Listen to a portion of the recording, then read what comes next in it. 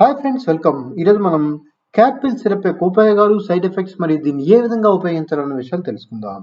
ముందుగా డిస్క్లైమర్: ఈ వీడియో అనేది జస్ట్ ఇన్ఫర్మేషన్ పర్పస్ కోసం మాత్రమే.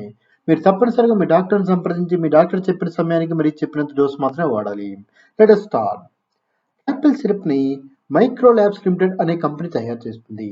మరియు దీని ఎంఆర్పి మనకి 150 ml గాను ₹356. ఇప్పుడు మనం క్యాపిల్ సిరప్ యొక్క ఉపయోగాలు తెలుసుకుందాం. దీనిని ప్రధానంగా మీ రక్తంలో ఉన్న ప్లేట్లెట్ సంఖ్యను పెంచడానికి ఉపయోగిస్తారు. సాధారణంగా డాక్టర్స్ మీకు డెంగ్యూ లాంటి జ్వరం వచ్చినప్పుడు మీ రక్తంలో ప్లేట్లెట్ల సంఖ్య పెంచడానికి ఈ క్యాపిల్ సిరప్ ని ప్రిస్క్రైబ్ చేస్తారు. అదేవిధంగా దీన్ని ఉబ్బరము మరియు దీర్ఘకాలిక అజీర్ణము, ఇండైజెషన్ ప్రాబ్లమ్స్ కి సొల్యూషన్ గా కూడా మనకి ఈ క్యాపిల్ సిరప్ అనేది ఉపయోగపడుతుంది. అంతేకాకుండా ఇది కార్బోహైడ్రేట్లు మరియు కొవ్వుని సులభంగా అరిగించడానికి ఉపయోగపడుతుంది. ఇప్పుడు మనం క్యాపిల్ సిరప్ ఎలా పనిచేస్తుంది మరియు దీనిలో ఏ ఔషధాలు ఉంటాయో తెలుసుకుందాం. దీనివల్ల మీకు ఈ సిరప్ పై కొంత అవగాహన కలుగుతుంది. ఇందులో ప్రధానంగా బొప్పాయి ఆకు సారం ఉంటుంది. మనకి ఇక్కడ ఇమేజ్ లో చూపించిన విధంగా పపాయ లీఫ్ ఎక్స్ట్రాక్ట్. మనకి ఈ సిరప్ లో ప్రధానంగా బొప్పాయి ఆకు సారం అనేది ఉంటుంది. ఈ బొప్పాయి ఆకులో మనకి పెపైన్ అనే ఎంజియం ఉంటుంది. ఇది ప్రోటీన్ని మరియు కార్బోహైడ్రేట్లని సులభంగా జీర్ణమయ్యేలా చేస్తుంది.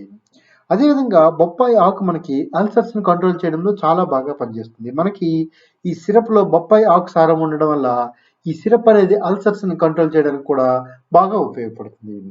అదేవిధంగా బొప్పాయి ఆకు సారం మనకి ప్లేట్లెట్స్ ఏర్పడడానికి సంబంధించిన 2 జన్యువులను యాక్టివేట్ చేసి తద్వారా డెంగ్యూ లాంటి జ్వరాలు వచ్చినప్పుడు ప్లేట్లెట్ ఉత్పత్తిని పెంచడానికి ఉపయోగపడుతుంది. అదేవిధంగా బొప్పాయి సారంలో చాలా రకాల బయోకెమికల్స్ ఉంటాయి. ఇవి ఎముక మధ్య బోన్ మ్యారోలో ప్రేరేపించడం ద్వారా ప్లేట్లెట్స్ కౌంట్ ని పెంచడానికి సహాయపడతాయి. ఇప్పుడు మనం డెంగ్యూ ఎలా వస్తుంది మరియు దీని గురించి కొంత ఇన్ఫర్మేషన్ తెలుసుకుందాం. డెంగ్యూ అనేది ప్రపంచంలో ఆల్మోస్ట్ అన్ని కంట్రీస్ లో ఉంది. ఇప్పటికైతే 150 దేశాల్లో ఈ డెంగ్యూ అనేది ఉంది. డెంగ్యూ అనేది ఆడదోమ కుట్టడం వల్ల మనుషులకు వస్తుంది. ఈ ఆడదోమలకి ఒక రకమైన వైరస్ సోకాక ఈ వైరస్ సోకాక మాత్రమే కుడితేనే మనకి ఈ డెంగ్యూ ఫీవర్ వస్తుంది. వన్స్ ఒక దోమకి ఈ వైరస్ అనేది సోకిందంటే అది చనిపోయే వరకు ఎవరిని కుట్టినా సరే డెంగ్యూ అనేది మనకు వస్తుంది. ఇప్పుడు మనం డెంగ్యూ జ్వరం యొక్క ప్రధాన లక్షణాలు తెలుసుకుందాం. డెంగ్యూ జ్వరానికి ప్రధానంగా తీవ్రమైన జ్వరము, తీవ్రమైన తలనొప్పి, అదేవిధంగా కళ్ళ వెనుక విపరీతమైన నొప్పి, అదేవిధంగా మన చర్మం పైన రేషెస్ రావడం, మజిల్స్ మరియు జాయింట్స్ విపరీతంగా నొప్పి ఉండడం, వామిటింగ్ లాంటి లక్షణాలు ఉంటాయి. ఈ లక్షణాలు ఏవైనా మీకు ఎక్కువగా కనిపిస్తే వెంటనే మీరు డెంగ్యూ టెస్ట్ చేసుకోవడం చాలా మంచిది. అదేవిధంగా చాలా మంది డెంగ్యూ జ్వరం ఒకసారి వచ్చాక మళ్ళీ రాదనుకుంటారు. కానీ డెంగ్యూ జ్వరం ఒకసారి వచ్చాక కూడా మళ్ళీ వస్తుంది. ఎందువల్ల అంటే మనకి డెంగ్యూలో 4 రకాల వైరస్లు ఉంటాయి. అందువల్ల ఇన్ కేస్ మీకు ఒక వైరస్తో వచ్చే ఇంకో వైరస్ దోమ మళ్ళీ కుట్టిందంటే మీకు మళ్ళీ డెంగ్యూ జ్వరం వస్తుంది. అదేవిధంగా డెంగ్యూ జ్వరం రెండోసారి వచ్చిందంటే చాలా తీవ్రంగా ఉంటుంది. ఇప్పుడు మనం ఈ క్యాపిల్ సిరప్ యొక్క సైడ్ ఎఫెక్ట్స్ తెలుసుకుందాం. దీనివల్ల నిద్రలేమి, తలనొప్పి, వికారము, మిగతా లాంటి లక్షణాలు ఉంటాయి.